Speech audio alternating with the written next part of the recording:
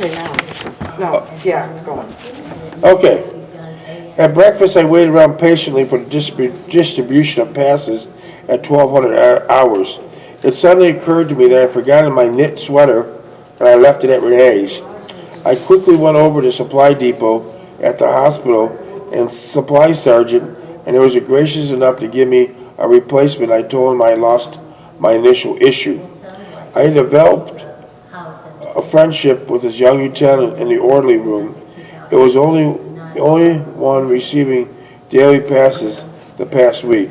She would smile and stamp my pass and ask me how I was taking. We had her on the hook too, the second lieutenant. Huh? Yes, the lieutenant who was giving you, issuing you back a sweater, she liked you too.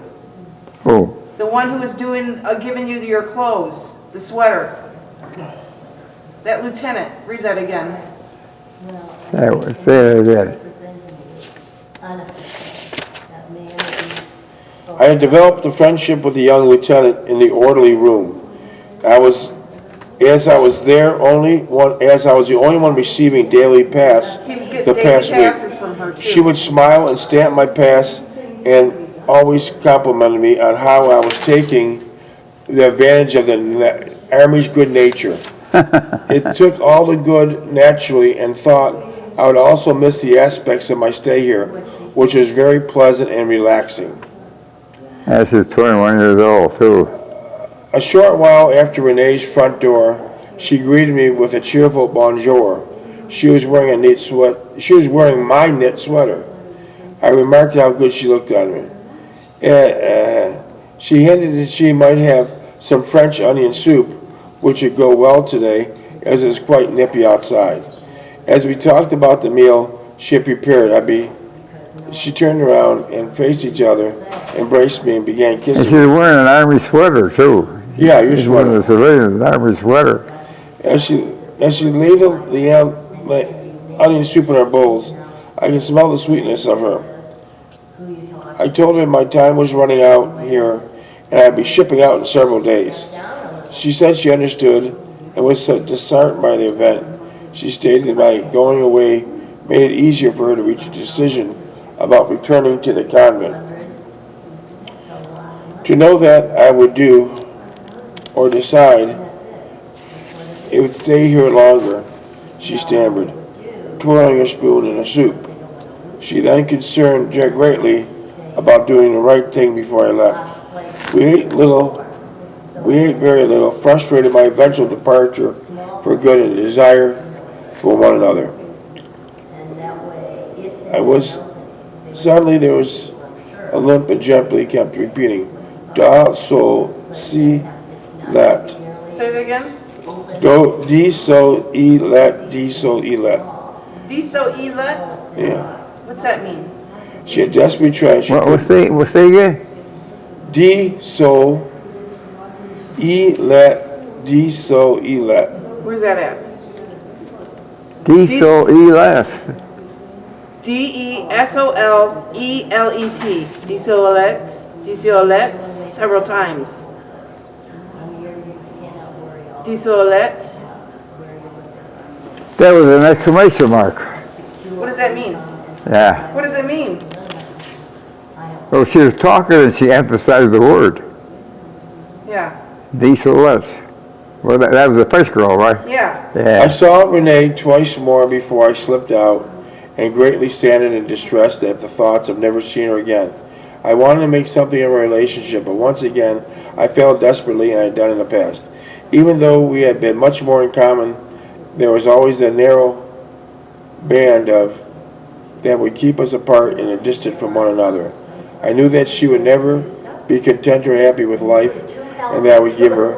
It was always sad commentary on our brief, loving relationship, but it was true, and I knew it from the day I first encountered Renee. The ward was in a state of apprehension. The next shipping list would encompass everyone here for 2 weeks and longer. The thought lay ahead of me, and a sense of trepidation and dread, leaving Renee and to feelings of angst and insecurity. I had not accomplished anything and was going back the same way, empty-handed and forlorn. When I saw Renee that afternoon, I informed her that I'd be leaving in several days. She was upset as the news tried to conceal it. She prepared another sumptuous meal, and I regretted that I could not obtain some food from the hospital kitchen to repay her in some small way. We would sit by the fireplace and talk about many things. As I said the words, I thought it would be like, actually be always. Why can't the other women and have regular desires and wants? Of course, I did not say it, but only held her thinking of the daily approaching when I'd have to leave again. I do not know what I feared most, the Germans or returning to civilian life that it entails. Yes, you have a harsher and sterner life to return to. What vehicle is before you? She put up her arms in my waist. I wish she would help, but I'm afraid that I can't. I have a similar quandary, which in many ways is much simpler to resolve than yours, and I dare say mine will be more rewarding than yours. She sat at my side, returned to the couch, looking down at me. Let's disregard the whole area of truth, religion, and responsibilities. We've earned it, and we can find this reprehensible, as I thought we would ultimately destroy one another. Before I left Renee that night, we could go to dinner tomorrow, our last time together. She agreed and said gleamingly that she would dress for the occasion. I repaired rather, don't dress too sexy. You know that won't do to me, you do. She laughed and kissed me on the cheek. I smiled and putting up both hands. No, keep it, wear it and the convent and when you think of me. She was trying to get back the sweater and you told her to keep it. Oh, okay. I left that night, Renee, with that sense of forlorn and despondency, the same instance of feeling resignation of my fate. I knew Renee would be happy and content in her new life. This is much I was certain of and felt good about. For all our uncertainty that our relationship generated, it was thankful and blessed I knew someone like Renee. I would probably have never met her except for the chance of meeting her in the park that fateful day. And that alone indicates how fate stepped in and enlightened our lives forever. Wow, what a great story that was. It's not over with yet. I know. It's not over. Got 4 more pages.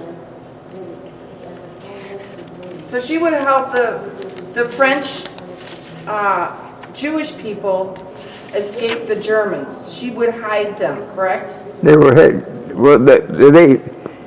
they ran out in the woods. They got back to try to get back home. They didn't want to stay around with the Germans. The Germans would kill them. Right.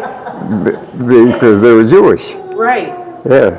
So where would she hide them? She hid them in the attic or in between the stairs going upstairs. There's an opening in there on the floor. Oh. Stairs go. When you get in there, you see the bottom of the stairs. The war was going well for the Allies here in Europe. The German Manchester counter-offensive, the Battle of Bulge, had been stopped dead in its tracks, and here towards the end of February, the German war machine had its back to the Rhine River. Even now, there were some Americans and British units engaging the enemy on their own soil. There was much talk of the war ending soon. We had to pick up the Germans. They didn't want to go home. Oh, really? What was that like? Huh? So in France, they didn't want to go home? They didn't want to go home. They were prisoners of the war in France. They were working on farms and that, hooked up with the women there or whatever. They started families. They didn't want to go home. And then the Germans realized that. They sent teams out there to pick them up. And then those guys started to hide. They went out in the woods. And that was part of your job, to go find To them? stay out there till they got tired of looking for them. Wow. But that was kind of stupid, I thought. There was much talk of the war ending soon, and Europe could feel the sense of anticipation here at the hospital, and even more so in the streets of Paris, with many thousands of Allied troops stationed here. So getting towards the end, and Perry